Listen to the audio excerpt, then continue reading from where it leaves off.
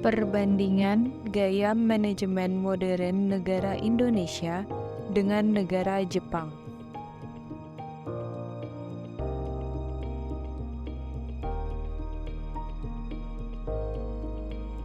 Gaya manajemen modern negara Jepang.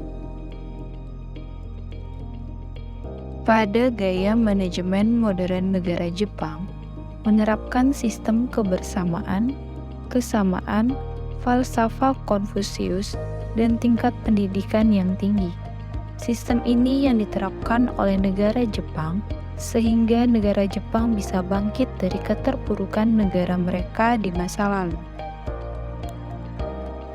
Pada aspek organisasi, negara Jepang juga menerapkan sistem Gemeinschaft yang sudah disepakati bersama dilaksanakan oleh kelompok-kelompok hubungan antar manajer yang bersifat hangat, dan semua pihak bekerja sama berdasarkan keyakinan bahwa semua merupakan bagian dari perusahaan yang sama. Gemeinschaft dibagi menjadi 3, yaitu yang pertama, Gemeinschaft of Blood, atau yang dikenal dengan ikatan-ikatan kekerabatan. Yang kedua, Gemeinschaft by Place, atau yang dikenal ikatan berdasarkan kedekatan letak tempat tinggal. Dan yang ketiga, Gemeinschaft of Mind, atau yang dikenal hubungan persahabatan. Lalu, negara Jepang menggunakan budaya dalam organisasi pada negara mereka, yaitu menerapkan nilai-nilai sikap masyarakat setempat, atau yang biasanya dikenal dengan Makoto. Makoto adalah sikap masyarakat lama yang masih diterapkan pada negara Jepang. Lalu yang kedua ialah disiplin. Negara Jepang sangat mementingkan kedisiplinan dalam berorganisasi. Sistem pemerintahan negara Jepang ialah parlementer. Karena negara Jepang menerapkan sistem ini, sehingga wewenang terbesar negara Jepang ada di parlemennya.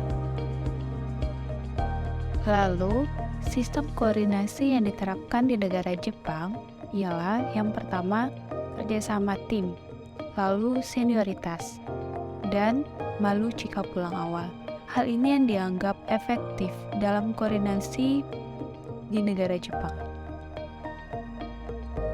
Negara Jepang juga memiliki sistem perencanaan, yaitu komprehensif dan sistematis, sehingga perencanaan pada negara Jepang sangat tersusun rapi.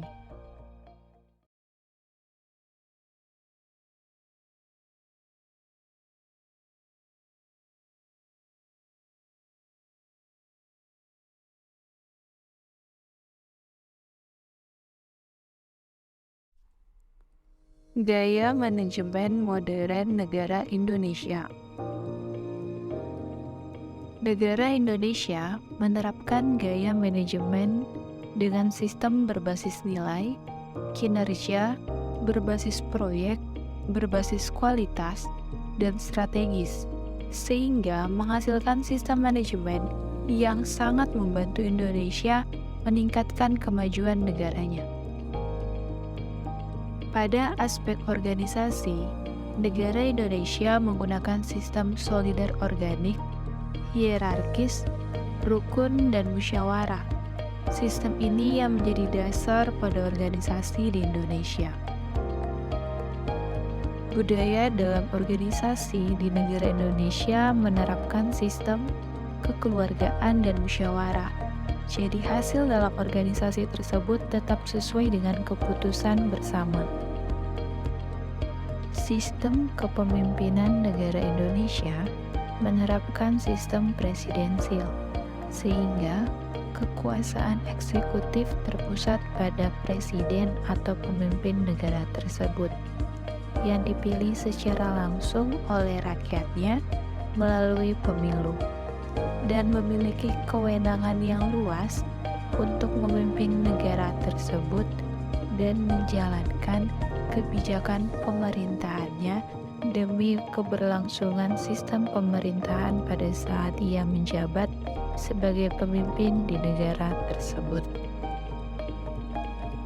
Sistem koordinasi di negara Indonesia menerapkan sistem yang pertama musyawarah dan mufakat, yang kedua fleksibel, dan yang ketiga kerjasama. Sehingga koordinasi yang dijalani tidak merugikan pihak tertentu dan tujuan yang ingin dicapai cepat tercapai dan sesuai dengan rencana. Sistem perencanaan yang diterapkan di negara Indonesia ialah sistem jangka panjang dan sistematis. Jadi, perencanaannya disusun secara matang sehingga saat direalisasikan, persiapan tersebut dapat mencapai tujuan yang maksimal sesuai dengan perencanaan yang sudah direncanakan. Sekian penjelasan dari videografi kelompok kami. Semoga bermanfaat. Octario Versanido dengan NIM E103222138, Deborah Catherine Tini Malau dengan NIM E103222139, dan Syarif Lutfi dengan NIM E10322221040. Pamit undur diri. Terima kasih.